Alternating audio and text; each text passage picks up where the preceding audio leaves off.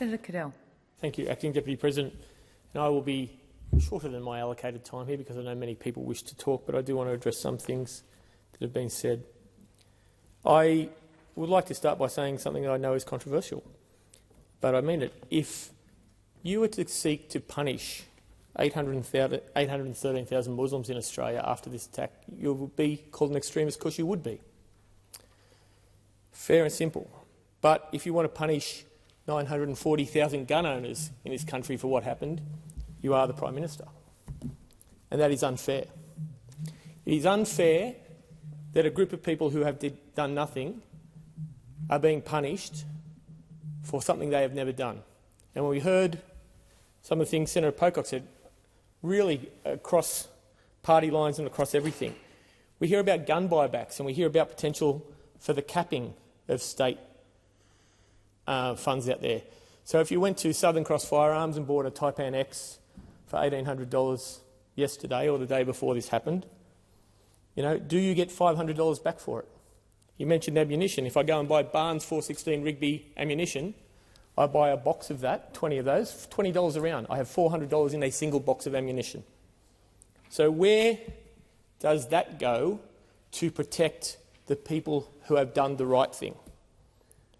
No one should be able to group punish. I remember in school, someone did something stupid in school and we got all held back. We hated that kid, right? But we are group punishing again here, and it is unfair. I do not blame the Greens for being consistent in their policy position of supporting these bills. They are consistent, they are where they are, and they want to do. I blame the government for rushing this through, us being told that it was not for changing. We are not splitting this, and we are not changing this. We are here, it has been split, and I can't keep up with the changes from the 4 different versions that were yesterday, the one that came in at 6:13 this morning, where things like the importation of sporting apparel changes, where there was a ban last night, and I think even this morning first thing, for belts, ammunition and clothing that can hold more than 30 rounds. Well, my Levi's can hold 30 22s in their pocket. My Wranglers can hold 30 rounds of 22 in their pocket. Now, that's changed. We are talking about the reaction of banning the importation of gel blaster beads as a reaction to a terrorist attack.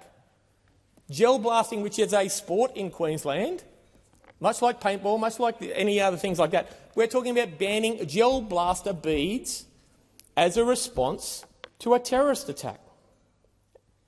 And this is not fair. This is not a position that the government is trying to make the problem go away for Australian people. This is a problem where the government is trying to make the political problem go away for a Prime Minister. That is what this is about. Coming back early to discuss, to be sensible, to do what this place does best, and we have seen it in many times where we have worked together to get solutions that are important, has happened. To come back to be given a bill of take it or leave it, no consultation, then change it, is ridiculous. It is ridiculous. And we sit here, another bill coming this afternoon, and I don't think anyone in this chamber is absolutely for or against either of these bills. It is nuanced, some of these positions, but we have to make a binary choice, yes or no.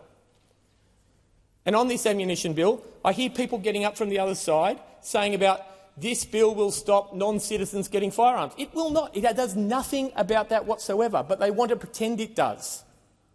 It doesn't do that. That is a state basis because, as was said before, state and territories have the point on this. When we are talking about a buyback program that doesn't have the buy-in of all the states yet, we have no number of states saying they're not involved, it goes against the gun accord, it goes against all of these things, and it is wrong. So, people in the Hunter Valley, where I come from, so many hunters up there, I could name some of my friends who have weapons now who have to give them back. I talked about that Taipan straight pull, Taipan X from Southern Cross Firearms. It is not a self-loading rifle. It is not a repeating rifle. It is a straight pull. It is potentially a pump pull. it is a good sporting weapon for recreational hunting and pest eradication. And now that is illegal in New South Wales, not part of this, but now you can't import it either. So if I am a hunter, if I am a target shooter, if I am a sports shooter, I am limited in what I can get. There are still questions about whether all the weapons used in the Olympic events, especially around the pistols, are able to import all parts of these things. It is a positive thing that there is finally funding after 3.5 years for the National Register. That is a good thing. I don't pretend it is not, but we have had 3.5 years to fund that. So, to all my friends, to all those people out there, to the 60-odd, 4,000 people that we got in trouble for carrying the non-compliant petition for earlier today, I say to you, I am sorry that we haven't been able to stop this to make this better. There are definitely things that we support in that, like the ASIO checks, like the National Register, but there is some stuff in there that has just been in the bottom drawer of a wish list of a bureaucrat who doesn't like guns, who wants to get them out. And it is not the crossbench fault, it is not the Greens' fault, it is not this side's fault. It is the Labor Party's fault for wanting a political problem to go away quickly and not a policy solution. So to the 940,000 registered gun owners out there, I am sorry for what is happening to you. It is being done unfairly, it is being done quickly, and it is being done without due process. And I will not vote for that. I cannot vote for that. And you need to know who is to blame for that, and it is solely the government.